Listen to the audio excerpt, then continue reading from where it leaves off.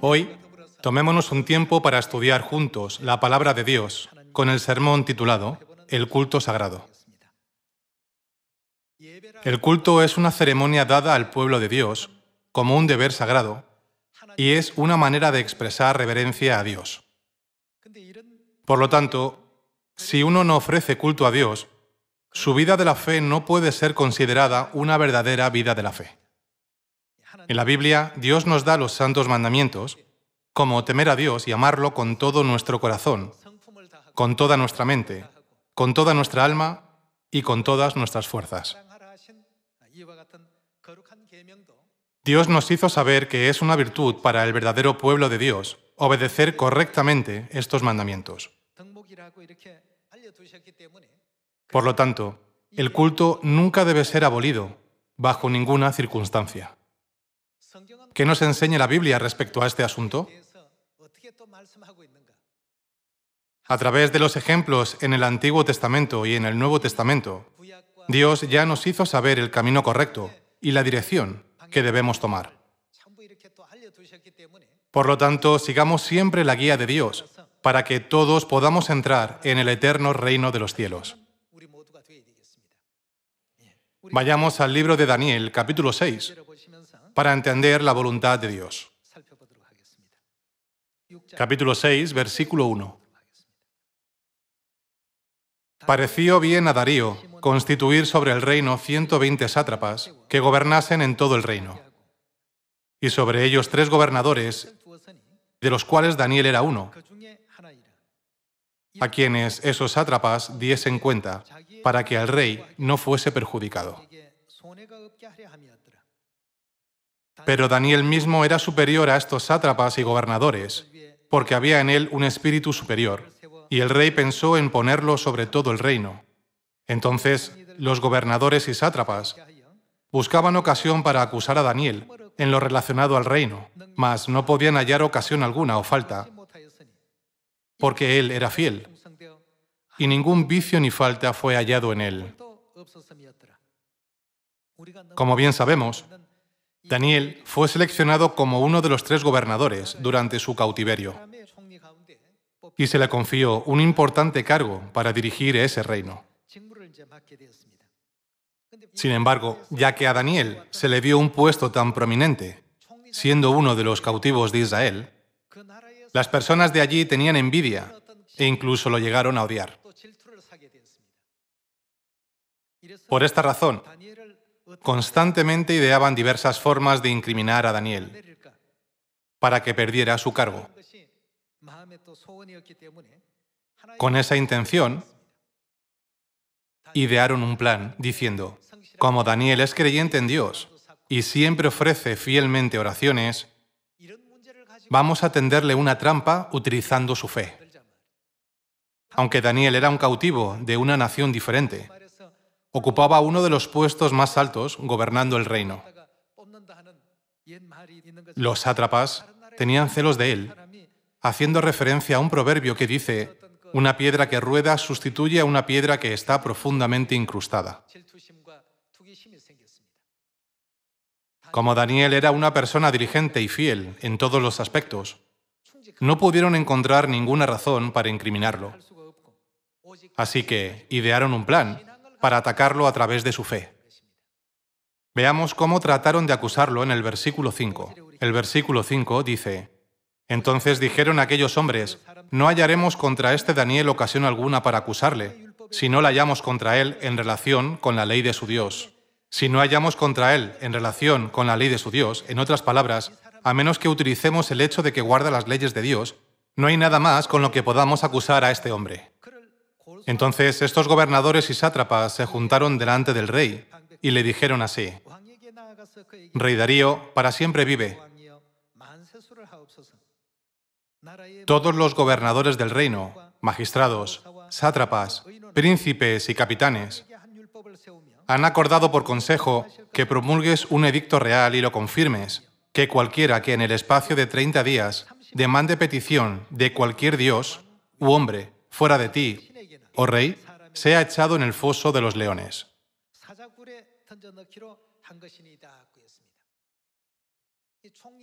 Había 3 gobernadores y Daniel era uno de ellos.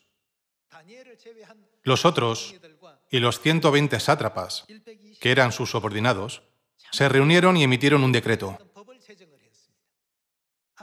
que cualquiera que en el espacio de 30 días, es decir, un mes, demande petición de cualquier dios, es decir, adore a cualquier dios, u hombre fuera de ti, oh rey, sea echado en el foso de los leones. Ahora, oh rey, confirma el edicto y fírmalo, para que no pueda ser revocado conforme a la ley de Media y de Persia, la cual no puede ser abrogada. Hicieron que el rey aprobara este decreto para que estuviera en vigor durante un mes. De esta manera, establecieron un plan para atrapar a Daniel. Continuemos con el versículo 9. Firmó, pues, el rey Darío el edicto y la prohibición. Cuando Daniel, ¿qué dice? Cuando Daniel supo que el edicto había sido firmado. Después de que Daniel se enterara de la publicación de ese decreto, ¿se enfrió su fe? Hoy me gustaría que prestaran atención a este asunto. Si dejamos de adorar a Dios, es como decir que ya no creemos en Dios. El culto es un decreto que Dios ha designado, es un reglamento que Dios ha dado y es una ley que Dios nos ha instituido. Por eso no debemos cambiar la forma de adorar a Dios según nuestro propio criterio. Continuemos con el versículo 10. Cuando Daniel supo que el edicto había sido firmado, entró en su casa y, abiertas las ventanas de su cámara que daban hacia Jerusalén,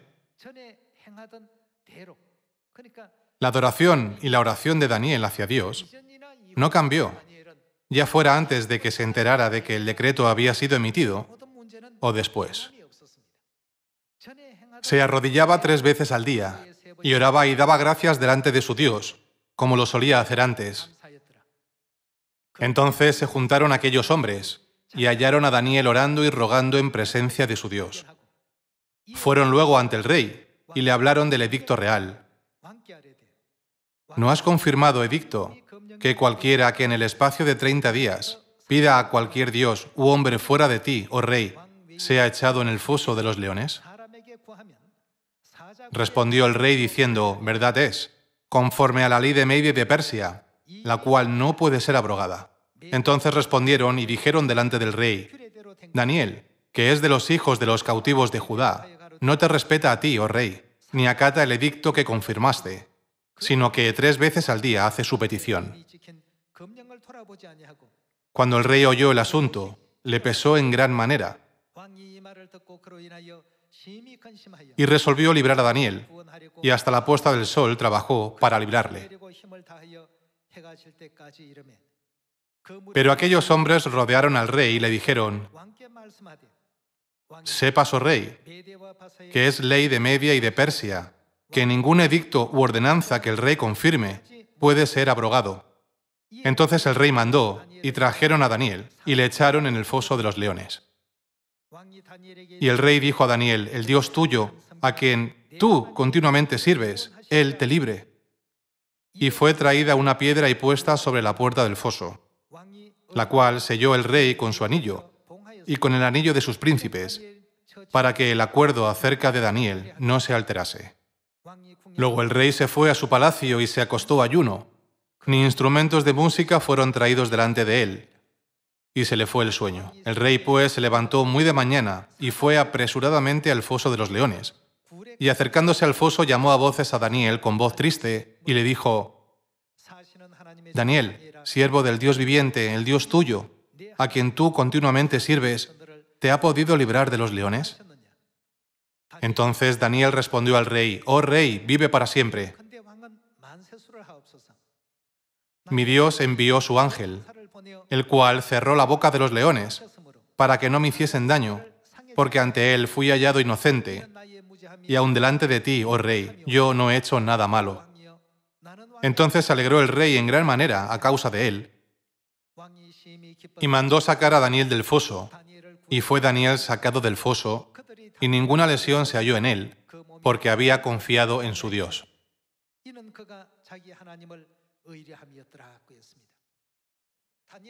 Aunque Daniel sabía que el decreto había sido emitido, continuó adorando y orando a Dios exactamente igual que antes. Su fe no vaciló en absoluto. ¿No es la oración una parte del culto, una parte del sacrificio? Alabar y orar a Dios, compartiendo sus palabras, son parte del culto. Debido a su fe inquebrantable, fue castigado por la ley de ese reino. Aunque le juzgaron en esta miserable situación para ser arrojado al foso de los leones, ningún daño le sobrevino. Al ver su fe, Dios impidió que los leones lo atacaran cerrando sus bocas. El rey Darío amaba y se preocupaba por Daniel, por lo que no pudo dormir durante esa noche. Por la mañana se levantó temprano para ver si Daniel había sobrevivido. Como ya se había emitido el edicto, el rey Darío no tuvo más remedio que castigarlo para cumplir con su deber como legislador. Esa misma mañana se acercó al foso de los leones y llamó a Daniel. Y dijo: Daniel, siervo del Dios viviente, el Dios tuyo a quien tú continuamente sirves, ¿te ha podido librar de los leones? Entonces Daniel respondió al rey: Oh rey, vive para siempre. Mi Dios envió su ángel, el cual cerró la boca de los leones, para que no me hiciesen daño, porque ante él fui hallado inocente, y aun delante de ti, oh rey, yo no he hecho nada malo. Entonces se alegró el rey en gran manera a causa de él, y mandó a sacar a Daniel del foso, y fue Daniel sacado del foso, y ninguna lesión se halló en él, porque había confiado en su Dios.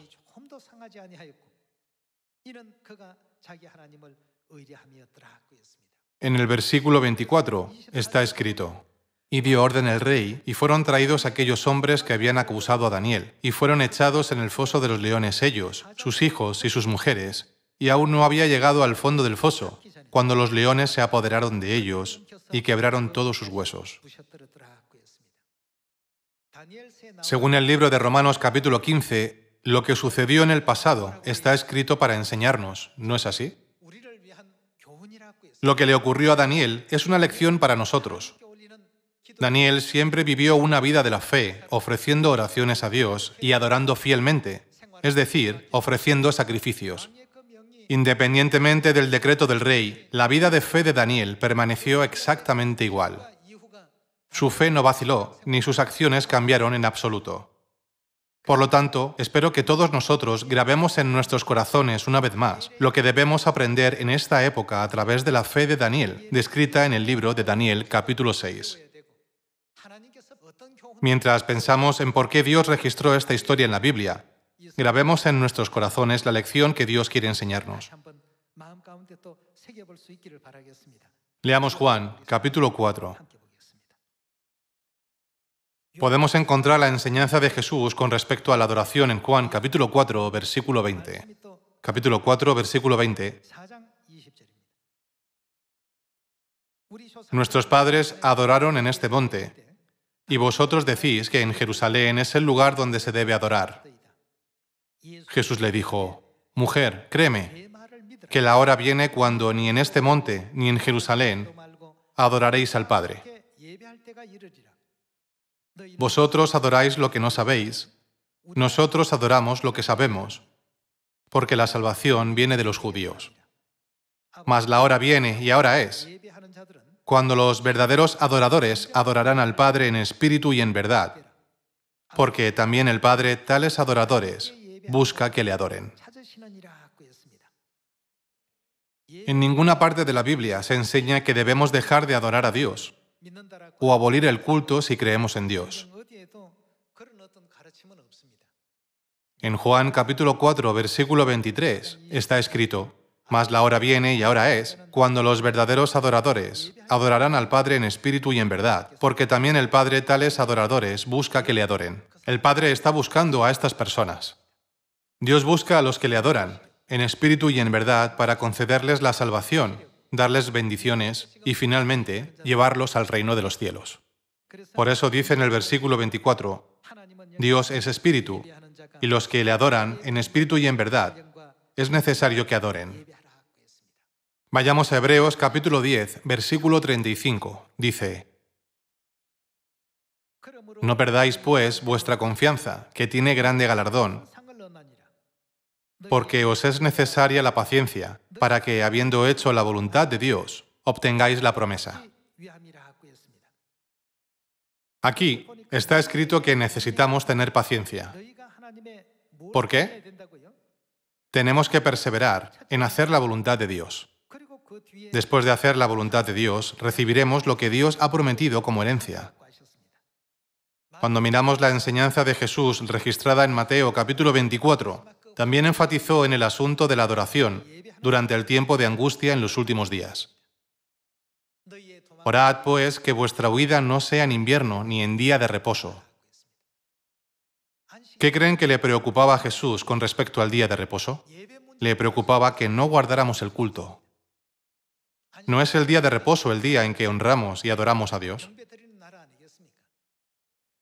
A Jesús le preocupaba que el culto se descuidara en tiempos difíciles. Por eso Jesús enfatizó la importancia del culto diciendo indirectamente: Orad, pues, que vuestra huida no sea en invierno ni en día de reposo. Podemos encontrar esto registrado en Mateo capítulo 24. Debemos pensar: Dios siempre ha estado con nosotros, incluso en medio de situaciones difíciles. ¿Cuál es la voluntad de Dios para ponernos en estas circunstancias? Cuando hayamos hecho la voluntad de Dios, ¿qué recibiremos? La Biblia nos hace saber que obtendremos lo que Dios nos ha prometido. Aunque se emitió un decreto con el sello real, que es el del rey, ¿cómo fue la actitud de Daniel hacia la adoración a Dios? No cambió, ni antes ni después de que se emitiera el decreto.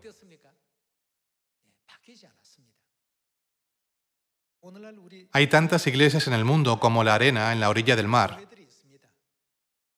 No se ha producido un cambio de actitud hacia la adoración de Dios en esas iglesias porque Dios no está con ellos. Todos los desastres que cayeron sobre Egipto fueron para el pueblo egipcio que no creía en Dios. Esos desastres no ocurrieron en la tierra de Gosén, donde los israelitas, que eran el pueblo de Dios, vivían. Pensemos en este asunto una vez más y hagamos que la gente que nos rodea lo sepa también.